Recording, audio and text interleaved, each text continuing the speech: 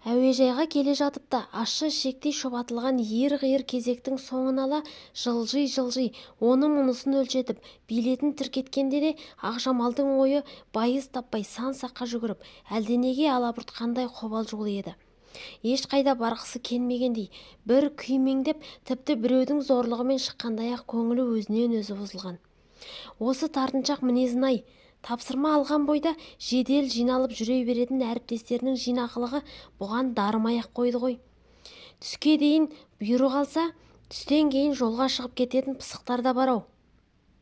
Ал мұның не сиқыры барын кім білген, қашанда сүйретіліп үйден шығуы қиын. Дәл жүрер алдында күйбің-күйбің тіршілігі бір бітпейді. Кейбір кездері ұшар алдында салдырап, шаршап-шалдығып шаққа жететін. Оны кетерінде ешкім шығарып салмайтын. Шығарып салмаған соң ешкім қарсы да тосып алмайтын. Елеусіз жүре беретін. Осы жолы да портфелін сүйретіп шуға шақ қалғанда әрең үлгеріп жеткені жаңа. Ойлап тұрса, бұл алаңдайтын төтенше себеп те жоқ сияқты.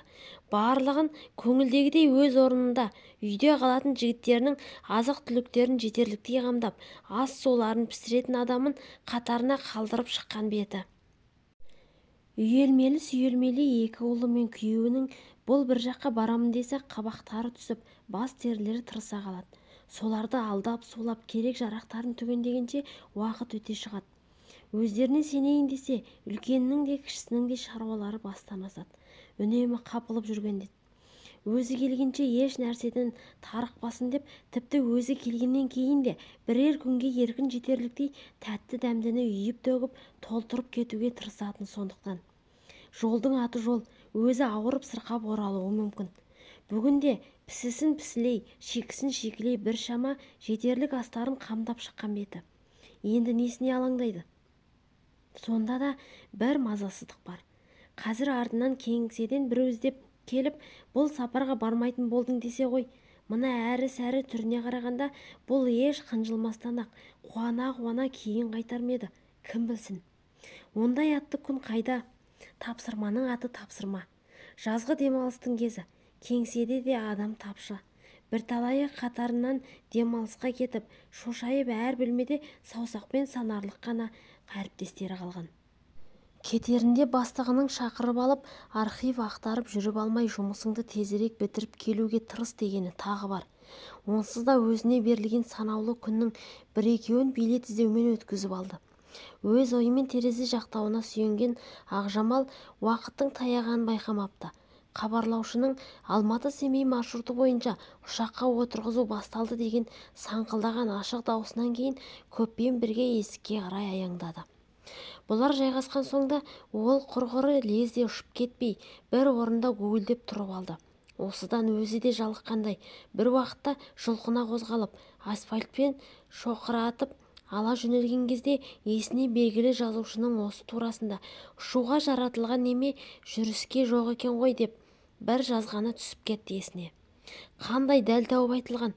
Осылай шоқырақтаған қалпы бірталай ұзап барып жерден көтеріле берген шақта ол «Я сәт, Алла жолымды оңғара көр» деп өзіне өзі оң сапар тілеп жұмсақ креслоның екі жақтауына шынтағын тірей шалқайыңқырап отырды.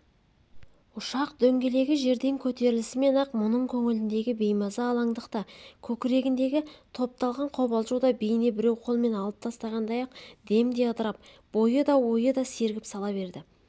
Әуеге көтерілген ол жердегі пенделік мың-сан тіршілігінен әп-сәтте босап шыға келгендей.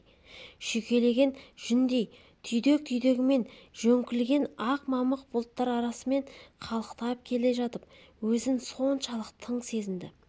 Бағанадан бері мазасыз баладай етегінен тартқылаған тірлік қамына ойыса берген беймаза күйден құлан таза арылып, ширап қалғандай қанаттанып отыр. Осы жолы бір сүбелі дүние жазарлықтай айрықша жайға тап келетін сияқты. Жол қиындығын көрмей, жеңіл барып қоржыным журналистке керек деректерге молынан толығып, ауыр қайтса деген бір ғана өзімшіл тілекке бағынғандай. Енді байқап жүр, қашанда осылай екен ғой, үйден шығуы ауыр. Ал ұшақ жерден бір көтеріліп кеткен соң-ақ ол да күнделікті күйбең тіршіліктің қамытынан демде босанып, бара жатқан шаруасын абыроймен тындырып қайтуды ғана ойлайды.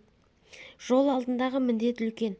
Қашан ұшып кеткенше мазасызданып бітетіні содан болу керек. Жерден көтерілген соң көңіл күйі де басқаша түлеп сала беретін. Сыртқа шыққанда өзінің жұмыс бабында бағындырып алатын ширақ қалпын қайта тапқандай. Ол қазір бір жағы соған қуанады.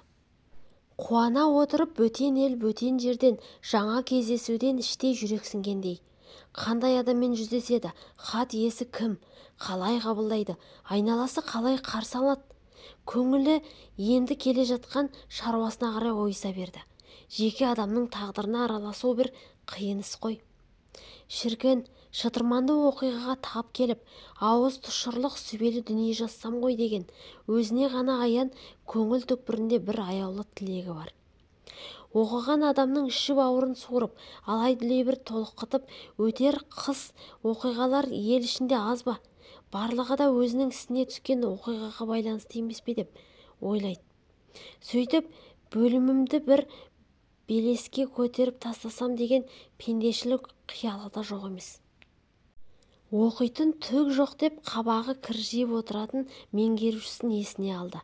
Не дер еді сонда? Не десін, тағы бір нәрсе ойлап табады да, аузынан жақсы деген сөз шықпайтын оның қара ағаштай қатып қалған қасаң мінезіне үйренетін уақыт болды ғой. Ақжамалдың өзіне біреудің сыртынан әлгіндей ойлағаны жайсыз әсер етті. Көңіл түкпіріндегі құпиясын әшкерелеп алғандай, екі беті ду етіп өзінен өзі ұялып қалғандай. Ешкімнің мінезіне, қылығына, сөзіне мән бермей, тек өз ісімді білуім керек дейтін. Өзіне өзі берік қағидадай қалыптастырған көзқарасынан ауытқып барама қалай өзі? Өзін көп нәрседен құтқарып жүргенде осы бір нотаға орнықты мінезі екенін іштей сезеді. Кеңседе әлдеқандай сөз өрбіп, күбір көбейіп келе жатса, дауға араласып ешкімнің бетін жыртпас үшін бұл жедел іс-сапарға кетіп қалатын. Қандай жағдайда шықса да, оның әр сапардан әлдене іздеп шығатыны бір өзіне ғана аян еді. Іздегенін тапты ма, таппады ма, ол арасын ашып айтуға батылы бармас. Сірә таппаған сияқты. Көңілі балапан құстай талпынып, үлкен арманға қол созғанымен қолтығы бір сөгіліп алысқа ұшып алмаған секілді. Қанша қарманып өзін әр нәрседен бір сынап көрсе де, алтын балықтың қармағына ілінетін түрі жоқ. Әйтеуір іздейді, таппайды. Кейде нені іздейтінінен өзі де жаңылып, айналасындағы анық зерделей алмай қалғандай. Үміттің нәзік жібі қолынан сусып шығып бара жатқандай әсерде қалатын. Көкірегін шым-шым шымырлатқан өкініш билеп отырар еді кейде. Оны шындап тығырыққа тірейтін де осы нәрсе еді. Уақытпен өзектес өрілген өміршең нәрсе жазсам дейді. Шықпайды, жаза алмайды. Университетте өзімен қатар оқыған, қатар шыққан жігіттердің көші бірталай ұзап кеткендей. Алды бүгінде көпке танымал, беделді сыйлықтардың иесі атанып, айдарынан жиелесіп жүргендері аз емес. Ал бұл әлі қатардағы, бар болғаны бір басылымның қызметкері ғана. Қаншама адам тағдырына араласып мақала жазды, жәбір көргендерге араша тұрды, қаншамасына сөз көмегін жасады. Пәтер алуға, жұмысқа тұруға деген сияқты нәрсеге аз араласты ма? Қыл аяғы жоғалған туыстарымен табыстыруына да дәнекер болғанда кездері болған. Осының бәрін қанағат тұтайын десе де, замандастарының қарымымен салыстырғанда түк те емес секілді. Күнделікті жазылып жатқан, біреу оқып, біреу оқымайтын көп мақаланың бірі болып шығатында елеусіз қалатын. Қай біреуі кезінде бір-екі рет ауызға ілініп айтылса айтылады. Қайсыбірінің күнделікті баспасөздің қым-қуыт тіршілігіне еленбей өте шығатын тұстары да аз емес. Кімге барып менің мақаламды оқыдың ба дерсің? Кейінгі кездері хат тексеруге шыққан сайын осы бір әрі-сәрі күйді басынан кешетін болып жүр. Шағым хатпен алғаш танысқанда тілге тиек етерлік дәнді бар көрінетін.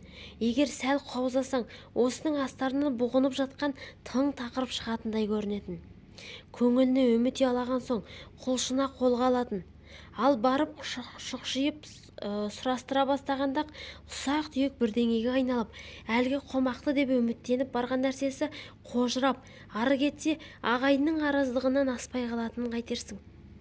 Ақжамал сондай кезде алданған үмітімен босқа кеткен уақытына іші удай ашып, бір түрлі қорланғандай күй кешетін болып жүр. Өзінің өнімсіз істі, болымсыз әрекетті қуалап жүргендей көрініп кеткен тіршілігіне көңілі толмай жасып ақ қалатын. Енді еш нәрсе жазбаймын, ақы берсең де хат тексеруге шықпаймын, құрсыншы бәрі, реті келсе тыныш жұмысқа ауысып кету керек шығар деп талай оқталған. Арада біраз уақыт өткен соң өзінен өзі мазасызданып, бір нәрсесін жоғалтқандай түртіншектеніп, редакцияға ағылып келіп жататын бума-бума хаттарды ақтарып, сапырып оқып, беймаза күйге түсетін. Күніне папка хат оқып, кейбіреулеріне қосымша сұрау жіберіп, әлденелерді анықтатып, толықтырып, хат жазысып, шарқ ұратын. Әрі-бәрі ақтарып отырып, ішінен осыдан бір нәрсе шығады-ау дегендерін іріктеп алатын. Ол хат ақтарды дегенше әлдене жазуға оқталды десеңші деп әріптес құрбылары сырттай күлетін. Міне тағы жол үстінде. Бұл сапары қандай сый тартарын кім білген. Ол жерге қарағанда жер бедерінің айқын көріне бастағанынан ақ қонуға бет алғандарын шамалады. Биіктен қарағанда жартасты тау сілемдері оның етегін ала қолымен қойғандай тақта-тақта шаршыланып жатқан егістік алқап, әлденеден үркіп үдере көшкен әр жердегі үйірілген үйір-үйір, шоқ-шоқ тоғай бәрі алақандағыдай сайрап жатыр. Былтырғы егіннің орны сары аңыздық пен биылғы көк егістік текше-текше қиықтай бәрінен кейін бірі алма кезек ауысып келіп отырған соң ба жер бедерін үлкен құрақ көрпеге ұқсатады да тұрады. Шарықтақ бұл жердің кеңдігін жол жүргенде біледі екенсің. Ұшы-қиыры жоқ жатқан тұтас кеңістік.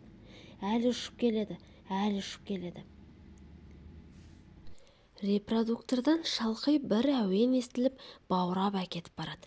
Бұл қай ән еді? Ғарышкерлер атынан айтылатын жер туралы ән еді ғой. Иә, сол ән. Көкте жүргенде есік алдының көк құрағына дейін ән болып өріледі екен. Не нәрсенің де қадірін алыстағанда сезінетініңді осы ән байқатар. Күнде көріп таптап жүрген, мәнде бермейтін көкшөп екеш көкшөпке дейін жырақ шыққанда бір көруге ынтызар сағынышқа айналған-ау. Оның көкірегі де беймәлім сағынышқа толғандай сарқырайды. Нені аңсай күтетіні өзіне де жұмбақ. Әлде үміт, әлде үрей, әлде өкініш, әлде арман, түсініксіз бір күй тағы қобалжыта бастады. Бүгін көңіл күйінің мың құбылғанына таң қалып келеді. Қанша ойламайын десе де оқтын-оқтын құрғыр есіне жолдасы екеуінің жол жүрер алдында сөз арасында жеңіл қақтығысқаны түсіне береді. Ақжамал шәй үстінде кетіп бара жатқан жұмысының жай жапсарын айтып еді. Жолдасы дәл осы үшін ат сабылтып бару керек пе еді деп шырт ете қалған. Қалайша сонда? Сеніңше бұл арадан ешқандай мән мағына көріп тұрған жоқ па? Әрине, көңіл бөлуге тұрмайды деп отырғаным жоқ.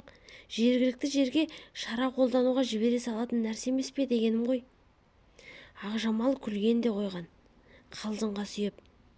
Сен біздің кеңсенің ішкі шаруасына араласпа деп сөз аяғын бітіре салғысы келген. Әңгіме басқа арнада өрістер деп тіптен ойламаған. Одан аулақпын. Үнемі даушар туралы даулы мақала жазудан жалықпайды екенсің. Мәселенің жазылар-жазылмасы әлі белгісіз. Дегенмен көмек сұрап шырқырап отырған хат артындағы адамға жәрдем беру керекпін ғой. Абстрактный гуманизм. Ақжамалға үндемей қоя салу керек пе еді, шыдай алмай қызылып кетті.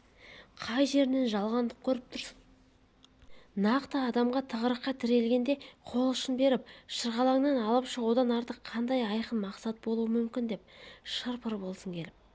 Бір адамға жасаған жақсылығыңнан еш нәрсе өзгермейді. Егер оның ортасы сондай болса, қоғамың сондай болса, жалпы алып отырған тақырыбың ұсақ, аясы тар. Ол да өзінің артық кеткенін сезсе керек, жайма шуақтанып жатыр. Жә, жолға шығар алдында айтыспайық, есен сау барып кел деді күйеуі. Осы әңгімеден кейін-ақ Ақжамалдың көңіл күйі нілдей бұзылып жүре берді. Іште ойланып толғанып, әбден пісіріп, енді орындалуы ғана қалған дүниесіне біреу күмәнмен қараса, қараған емес-ау, тіпті жоққа шығарып отырса, ойы қалай айран асыр болмасын. Сөз төркіні жүрек түкпіріндегі өзіне де күмәнді көрінетін кеселді дүниеге келіп соғар деп ойламаған. Аяусыз соққы алғандай, бүкіл кеудесі сырқырай, көкірегінен үскірік жел соққандай уілдеп қоя бергені. Бойында ешқандай күш-қуат қалмағандай, отырған орнынан тұра алсашы. Бүгінге дейін істеген істерінде, келешектен күткен жақсы үмітінде еш мағына қалмағандай. Япыр-ай, тағы мүлт кеткенім бе деп ойлады да бар болғаны.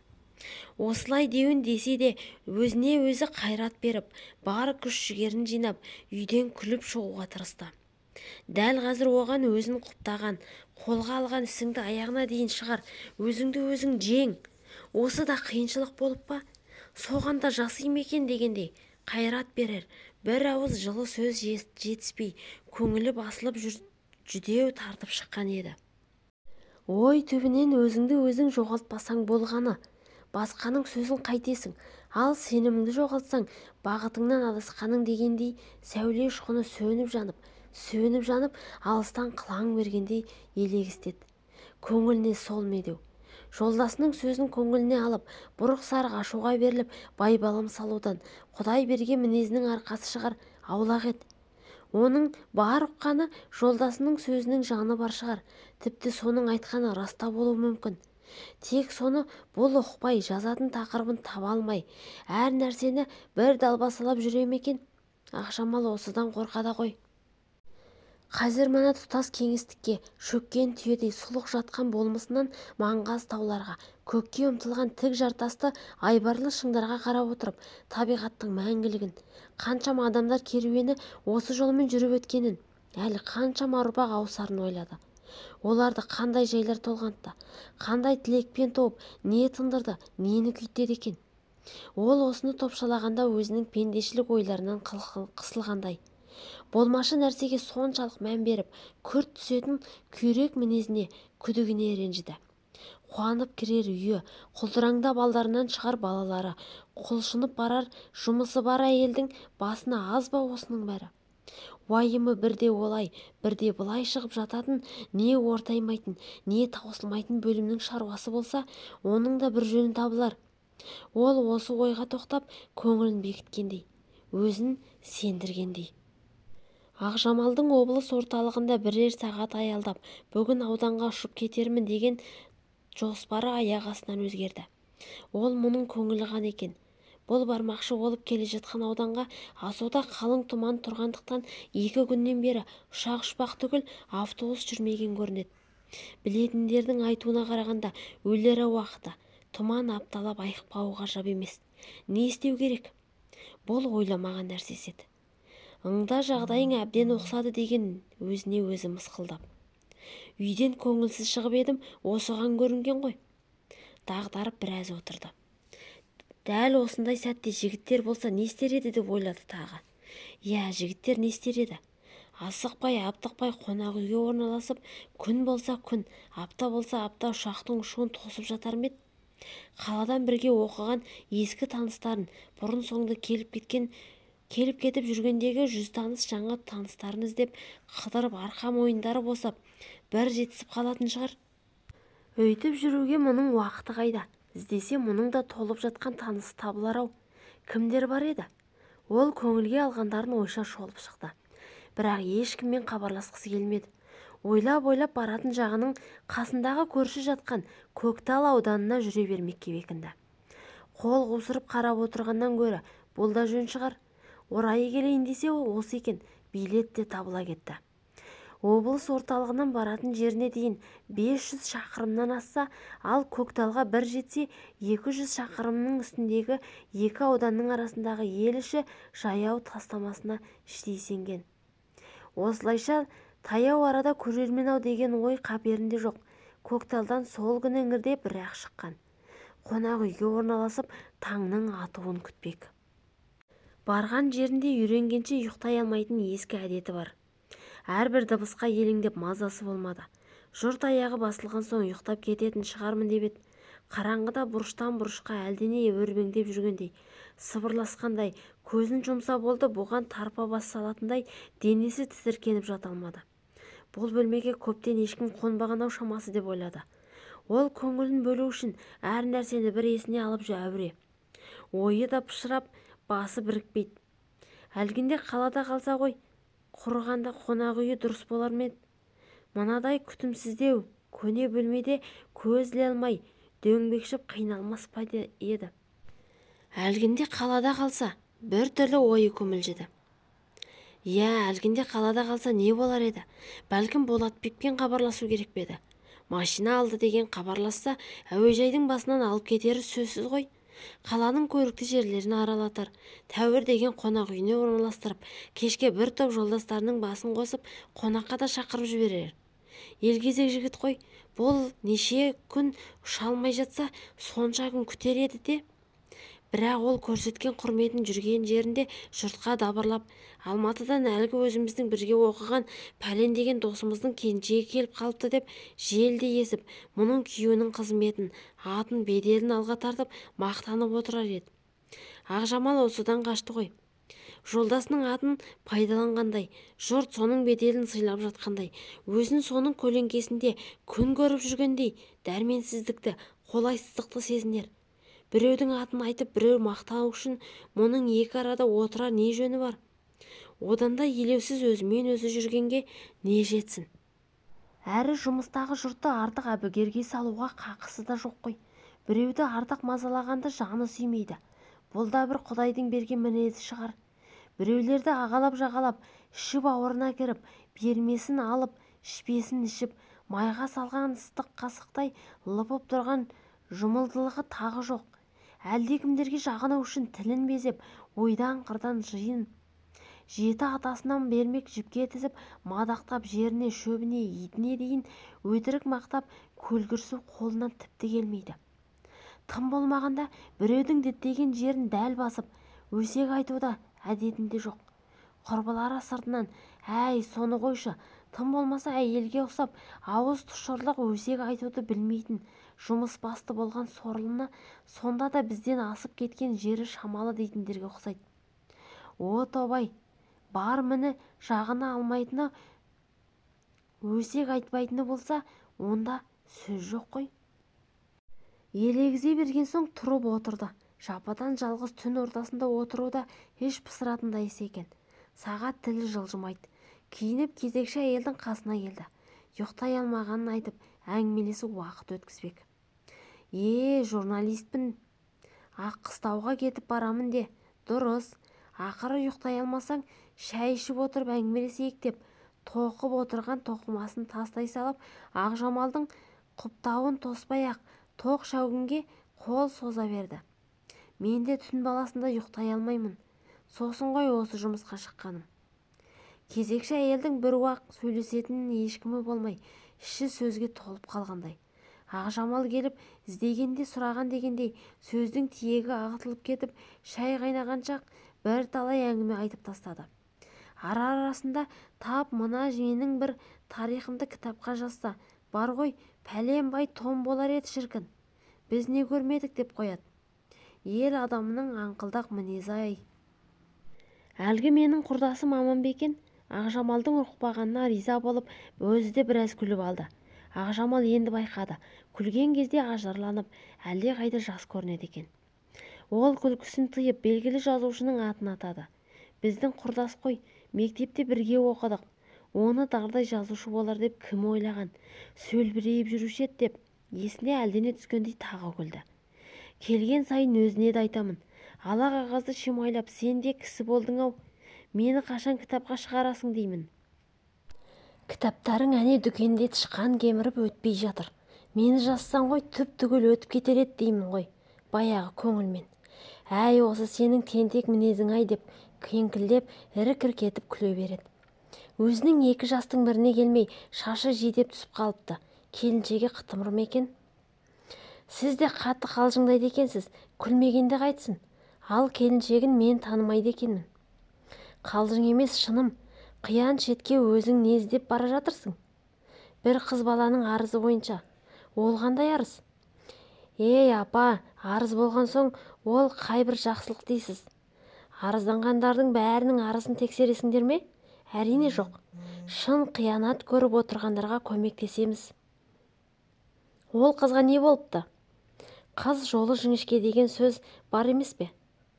Қызға 40 үйден тыю, қала берді қара құлдан тыю деп бекер айтылмаған ғой. Қызға сын да көп, тағылар мін де көп. Әйел жүгі қашан жеңіл болып еді? Мені де осы ой жолға алып шыққан. Жас қыздың 12-де бір гүл ашылмай, әлдекімдерден қиянат көріп отырған жайы бар көрінеді. Түу қарағым-ай, келе жатқаныңда бір кірпияз шаруа екен.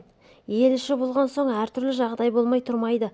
Ондай бейбастықтарды соттап жатпаушы ма еді? Солай болмаған соң да жылап көмектесуімізді сұрады ғой. Солай де. Байқаймысың, заман түзеліп, не кием, не ішем демейтін уақытта ел арасында осындайлар жиі ұшырасатын болды ғой.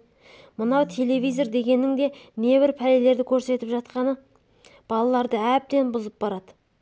Оныңыз рас апа. Біздің жас кезімізде мұндай зорлық-зомбылық, төбелес дегендер шанда бір естілмесе көрмеуші едік. Ол бір жайсан кезең екен ау. Оныңыз рас болса раста шығар. Әйтеуір қазір бізге түсіп жатқан арыз шағымдар қисап жоқ. Соның бәрін тексересіңдер ме не? Әрине бәрін емес. Әділетсіздік көріп отыр-ау дегендерін ғана тексереміз. Астанада тұрамын дегенің болмаса, сенің күнің де күн емес екен ғой, жұрттың арызын баққан. Нанымызды адал жейік деп жүргеніміз ғой апа. Кейде пәле қыздардан өздерінен де шығады. Кім білсін, зорлады, зомбылады деп жала жауып, пұл өндіріп алатындар да бар екен. Не болғанда да бара көрерміз. Не көрмеген апасының әңгімесіне де шайына да қанып, түннің бір уағына дейін отырған соң, Ақжамал ертең тағы жол жүрерін ойлап, рахметін айтып, көз шырымын алуға кетті. Жарықты сөндірмей жағып қойып, қисайып еді, таң алдында қалғып кетіпті. Таңертең ерте оянған Ақжамал жұмысын баратын ауданымен телефонмен хабарласудан бастады. Обалы не керек, ауданды тез алып бере қойғаны. Іздеген адамдарының бәрі орнында екен. Жағдайын айтып түсіндіруде, жас адамның басына түскен зобалаңға қатысты арызбен келе жатқанын, оларға қарай ұшақ ұшпай жатқан соң Көкталға жетіп алғанын, бүгін соларға қарай шыққысы келетінін, соған көліктің реті қалай боларын Сарымайдан қыл суырғандай суыртпақтап айтып шықты. Трубканың ар жағындағы адамның мұның Көкталда неге отырғанына, келген шаруасына пәлендей мән беріп тұрғанын көрінбейді. Ауа райының қолайсыздығынан шөп болмай тұр биыл деді. Шаруашылықтың қауырт кезі, сізге жібере қоятындай кеңседе басы артық адам болмай тұр деді. Басшылардың бәрі облыстан келген әкіммен ел аралап кетіп еді деді. Алматыдан жазушылар келеміз деп хабарлаған соң аяқ артар жалғыз көлікті жаңа ғана Аягөзге теміржол станциясына жіберіп қойып едік деді. Қап, сіз де пойызбен келмеген екенсіз деді. Тап осы арада жолдасының сөзі есіне түсіп, көңілі шым ете қалды. Босқа жүрген жүріс болмаса не қылсын? Уақыттан отамын ба деп ұшақпен шыққаным еді ғой деді Ақжамал, жай жапсарын түсіндіріп жатып. Ендігі сөзден пәтуалы еш нәрсе шықпасын сезді. Оның үстіне пойыз деген көлікпен жүре алмайтындығын қалай айтсын? Қайсысымен келгенде ауданға жақын түсерін кім білген? Сіз сол арада күтіңіз, келе жатқаныңыз қай жерде едіңіз, аман келді ме? Мен соларға телефон соғайын. Өздері барып алып кетер. Телефон тұтқасын тастай қойған Айжамал, оның ойпыл-тойпыл ойы жан-жаққа бір-ақ шашырады. Оған трубканың ар жағындағы адамның мұның не бір дәрежесі үлкен бастық емес, не айтулы жазушы емес, арыз тексеріп жүрген жай журналист екеніне, тіпті пойызбен келмегеніне өкінгені батты. Енді қалай деп ойлап едің? Деді өз-өзіне. Апатай, келгенің жақсы болды. Сізді ғана күтіп отыр едік деп, нағашысы келгендей, міне көлігіңіз, мінез деген адамыңыз деп алдымнан жүгіре шығар деп бедің?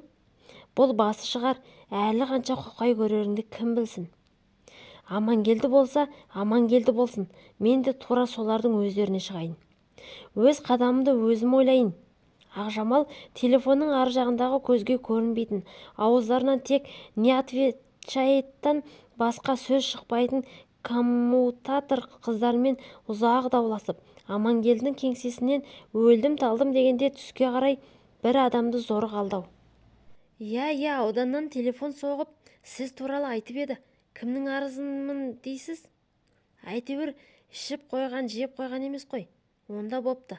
Арыз иелері орнында болу керек. 3-ші бөлімшеде тұрады. Біраз жер. Жаңа жол бөлімшесінің бастығын тауып алып тапсырма бергенмін. Әзір кете қойған жоқ шығар, тағы сұрайыншы. Әрең-әрең естіліп тұрған қырылдақ үн жоғалып кетті. Алло, естіп тұрсыз ба?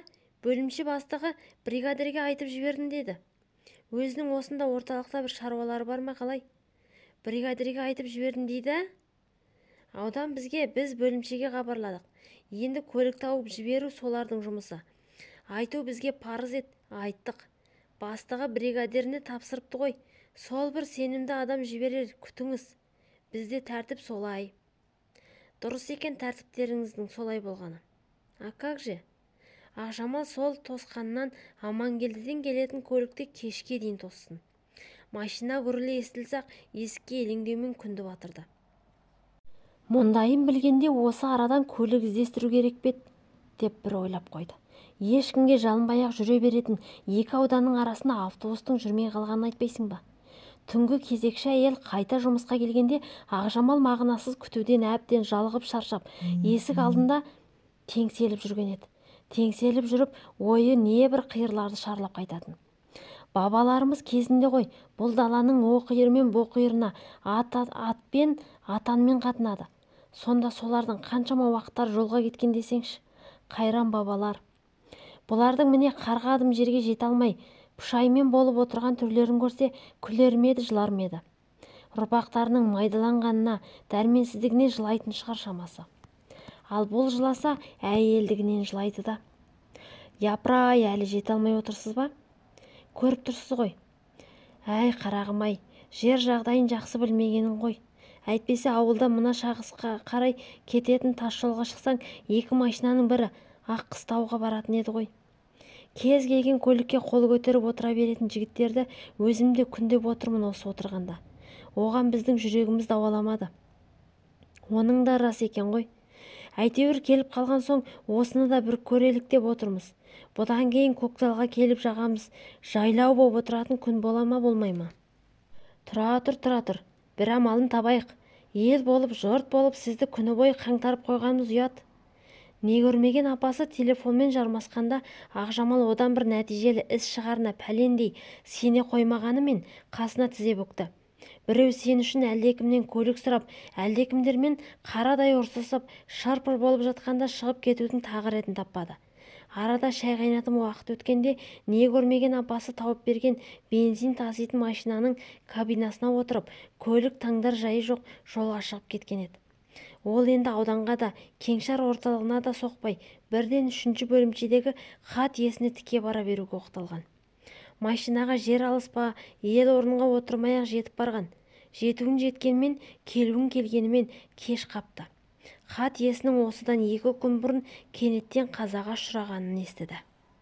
Өкініп-ақ қалды. Осындай да болады екен-ау. Тексеруге адам келіп, көмектесулерінің қиыла сұрап, дүркін-дүркін хат жазып, үмітпен күн кешіп жүрген бейкүнә қыздың шыдамының шегі үзіліп, аяқ астынан көз жұмғаны жұмбақ боп, бұл қайран қалмасына шарасы болмады. Бұған дейін ел қанша ел аралап жүрсе де, мұндай жағдайға кездеспеген еді. Бәлкім, осының астарында бұл зерделей алмай отырған сыр ұшығы жатыр ма? Бәлкім, ет пен сүйектен емес, жоғары кернеулі тоқтай шытырлаған жүйке мен лапылдаған сезімнен тұратын от бейне ерте жанып кетті ме? Әлде пәлсафашылар көп айтатын, әр кездейсоқтың өз заңдылығы бар дегендей, оның қысқа ғұмыры осылай аяқталуға тиіспеді. Ал мықты болсаң шешуін тауып көр. Ақжамал қыздың ұстаған заттарын, бірталай қағаздарын, жинаған суреттерін, альбомын ақтарып отырып, осыдан 20 шақты күн бұрын оның хатына өзінің жіберген жауабын тауып алды. Тексеруге адам барып қалар, шыда, өзіңді өзің ұста. Қыз болып туған соң әуелі керек нәрсе төзімділік. Уақыт өтеді, барлығы ұмытылады. Төзіміңмен жеңіп шығасың деген сияқты бірталай жылы сөздер жазғанын есінде. Хатты алып кеткісі келді. Ашып қарап еді, хаттың аяқ жағында мөрдей төгілген әдемі жазумен ақыл айтқан қашанда оңай деген бір ауыз ащы мысқыл қолмен жазылыпты. Соны оқығанда оқыс селт етті. Денесін мұздай темір қарып өткендей, табанынан тісіне дейін өн бойынан зырқ етіп суық толқын жүгіріп өткендей. Ол маңдайынан мұздай тер болып бұрқ етпесі бар ма? Демек мұның айтқан жылы сөзін қажетсінбеген. Айтқанын қажетсінбеген адам келгенінде керексінбеген ғой. Сонда бұл қыз редакциядан қандай жәрдем күтті екен? Бәлкім жайбасарлығынан өзі кешігіп келіп отыр ма? Бұлай боларын кім білген? Қыздың қазасына кінәлідей-ақ бір түрлі өзін жайсыз сезінді. Бекер араластау осы бір шырғалаңды тағдырға. Тағы жолдасының сөзі есіне түсті. Айтқаны рас болайын деді. Келмей-ақ қоюы керек еді. Ақжамал келгелі қасынан айналсоқтап шыға алмай жүрген осы үйдің кіші қызы бір оңаша қалғанда, тәтем кейін мені іздеп әлдекімдер келсе бер деп тыққызып қойып еді деп қалыңдау көк дәптерді қолына ұстатты. Күнделік екен. Ол күнделікті қолына алғанда бойының жеңілдеп сала берген сезді. Көңіл түкпіріндегі осы қыздың тағдырының бұлай шешілуіне менің кешіккенімнің кесірі тиген жоқ па дегендей сансыз қаупін сейілткендей еді. Ол іздеген жоғын енді тапқандай, суға кеткен тал қармайтынның кебімен дәптерге жармасты. Асықпай ұзақ оқыды, зерттеді, зерделеді. Үй ішімен жете танысты. Бірталай адамдармен әңгімелесіп, біраз сырға қанығандай. Көңілінде қап анамен сөйлеспеді-ау, қап мынамен сөйлеспеді-ау деген ұмыт қалған сауалдары жоқ сияқты. Енді сұрақтарым түгесілді дегенде көк дәптерін арқалап жолға шықты. Неше күн аспаны қайсы, жері қайсы, екеуінің аражігі көкжиегі қайсы ажыратып болмас қалың боз ала тұман айығып, заңғар көктен күн күліп, төңірек жайдарлана қалыпты. Аспан да орнында, жер де орнында. Бұлдырап көкжиекте көк мұнар сағым ойнайды. Аққыстау әуежайы да ашылып, Семейден ұшақ келе жатыр деп хабарлаған. Ақжамал сол ұшақпен кері ұшпақшы. Ол бүгін қай күн екенін есіне алды. Алматыдан шыққалы неше күн болған сонда? Не бары 5 күн. Бірақ ол айлап жоғал жүргендей, арада сонша көп уақыт өткендей, тіпті өзін ұзақ аурудан тұрғандай, сүлек соқ, үлкен әлемнен баяғы да бөлініп қалғандай, айдалада адасып жүргендей кейіпте сезінді. Тезірек ұшып кетсе екен. Осы арада ол бір топ ақын жазушыларды ұшыратты. Өткенде аягөзден алдынан көлік жіберіп, дүрлігіп қарсы алып жүргендері осы топ болды ғой. Барлығы да Ақжамалдың кезінде қатар шыққан тұғырластар еді. Сен қайдан жүрсің? Өзің қайдан білесің дегендей жөн сұрасып дабдырласып қалды. Ол жүрген шаруасының жайын айтты. Әңгіменің шет жағасынан олар да хабардар екен. Адамдар тек осындай жаста ғана махаббаттың құрбаны болатын шығар деді бірі. Апырау, бұл осы заманның баяны мен жібегі әлі бар екен ғой деді екіншісі. Лирикалық поэмаға таптырмайтындай тақырып екен десті. Мұндай тосын әрекетке адал адамдар ғана бара алады деді. Әңгімелердің бәрін тұжырымдай ересектеуі. Оларды шығарып салушылар арасында өзімен өткен телефонмен сөйлескен жігіт те жүреді. Телефонда маңғасызған шіркіннің мына атақты лауазымды топтың о жағына бір, бұ жағына бір шығып қалбалақтаған түрін көріп, Ақжамал еріксіз езу тартты. Бірақ күлкісі ащы мысқылдай шықты. Ол соны сезгендей қипақтады. Қап, асығыстау кетіп бара жатқаныңызды қарашы, бәрі қабат келіп сізге көңілде бөле алмадық. Өзі қандай жағдай екен деп, өп-өтірік ұялғансып, өп-өтірік білмегенсіді. Ел өзіңдікі, жер өзіңдікі, жата жастана не жағдай екенін біле жатасыз да. Біз сіздерден анағын сұраймыз ғой. Ақжамал жаңағы ақын достары айтқан жорамалдарға іштей күліп тұрған. Онысы да мұнысы да емес. Ол қыздың зұлымдықтың, одан қалды адамдардың бір-біріне деген шімерес қайырымсыздығы мен енжар немқұрайлығының құрбаны болып отыр ғой. Оған көк дәптер куә. Оны білсе, бұл ғана білетін шығар. Семей әуежайында салтанатты топ шығарып салушылардың дүрмегімен келесі ауданға аттанып, ал Ақжамал журналист сапарының мерзімі аяқталып, қоржынына көк дәптерді салып, ауыр ой арқалап түнгі ұшақпен Алматыға қайтты. Көк дәптер оған аманат жүктегендей. Ол жазар нәрсенің сұлбасын ойлап, қолына бар мағлұматтарды екшеп саралап келе жатты. Қашан жазады, қалай жазады? Алқымындағы ажыр аманаттан қашан құтылады? Оны уақыт көрсетер.